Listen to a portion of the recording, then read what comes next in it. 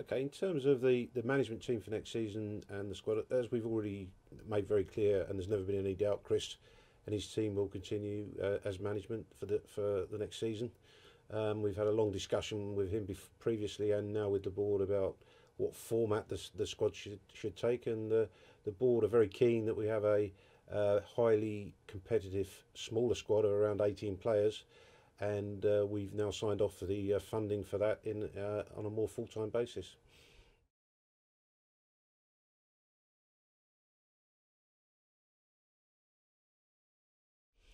With regards to players from around the country, obviously it will be a great asset for us to be able to bring players down from the north of the country and give them accommodation, and that's happening. We've arranged for accommodation to be available for players, so Chris is free to offer players from elsewhere a contract.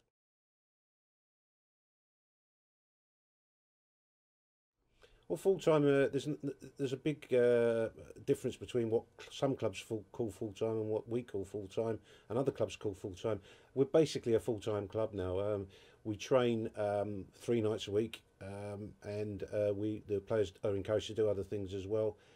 We train in the afternoons or the evenings, not the mornings. But a lot of the big clubs now are moving towards that system because, of course, that means you're training nearer to when you would be playing your games.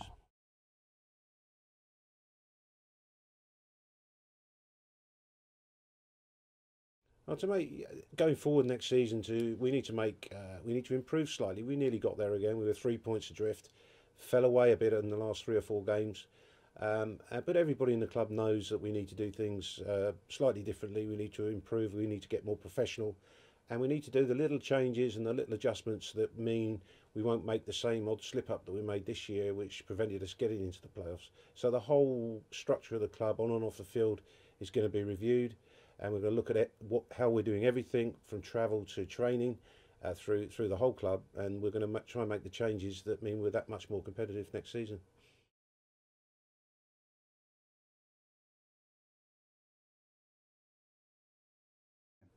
Yeah, I mean, we're sitting here in our new media room, fully equipped, aren't we, making this recording? But yeah, we're gonna put new floodlights in, which are going to be Football League standard, which will go along nicely with the new stand, which has just won Football Stand of the Year actually, and we've just received the trophy for that. We're also going to be improving the sponsors' facilities in over in the far side of the pitch, and we're going to have a sit-down dining room, which is going to allow us to do much more corporate entertaining, which all in all should mean more corporate income for the club.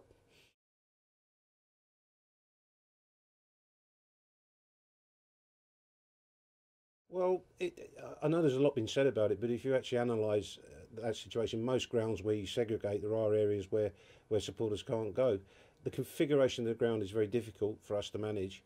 That area's got quite a limited capacity, and if you're allowing fans to move around the ground into it, you have to be able to monitor the numbers going in.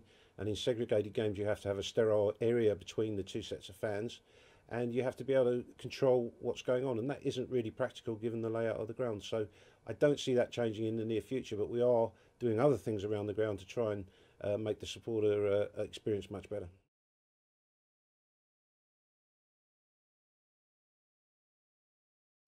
Well, the support has been tremendous. I think we're the only club in Kent to get an increase in support this season, and I think it's 20% or more, and that's a fantastic achievement. We're constantly trying to make the matchday experience better for everybody.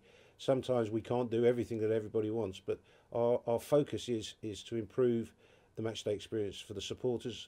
We've just discussed the entrance fees. Unfortunately, the gate costs are going to have to go up slightly by £2. But around that, we're going to make it keep the under 11s free going.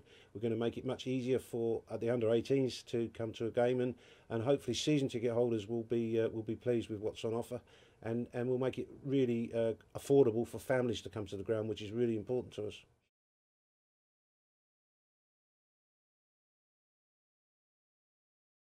Well, to be honest, in terms of our status, I'm sick and tired of hearing the statement that we're punching above our weight, or we're a small club, or we're minnows, or whatever it is. I mean, we're not going to go Billy big time, and we're obviously not a Tranmere. But on the other hand, we're a well-established club at this level. We've kept in the top 6 for 3 years. We've performed really well. We're well respected. The ground is now an A-graded ground, ready to move into the Football League. Our supporter base is growing. We do things as professionally as we can, and you know, we are respected now in the league. So you know, I don't really want to hear anymore that we're an underdog fighting above our weight, because I think we've moved on from that. And you know, with our budget now being as competitive as it is, I think we should be considering ourselves an established National League side and not worrying too much about what other clubs do or don't do.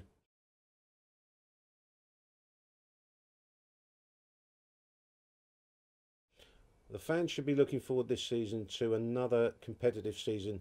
They should be looking forward to a very strong squad, a smaller squad of players that are all capable of challenging for first team positions, a ground which is continually being improved, an experience for supporters that will continue. A very nice new kit, by the way, which will be released very soon, and just trying to make the whole experience of coming to Dover Athletic enjoyable for families as well as for the younger supporters.